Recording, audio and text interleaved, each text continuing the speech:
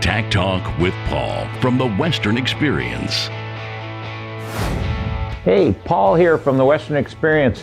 Here's a little tip I want to show you that's an important part of your saddle, and a lot of times you take them off. This little strap is called a hobble strap. It's made to go around here. How many times do you have a stirrup that's turning or loose? Or even worse yet, if your blevins should come undone, you could lose your stirrup completely. Put that hobble strap back on there, and that's going to help you quite a bit. What it does is it keeps everything intact, and it's an important part. A lot of people take them off. They say, oh, I don't want to use them, but it does keep everything intact the way it should be. Very simple, goes around, buckle it in place.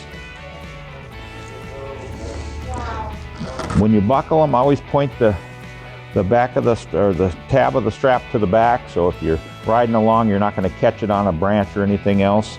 But hobble straps are important. Keeps that stirrup. Now that stirrup can't turn.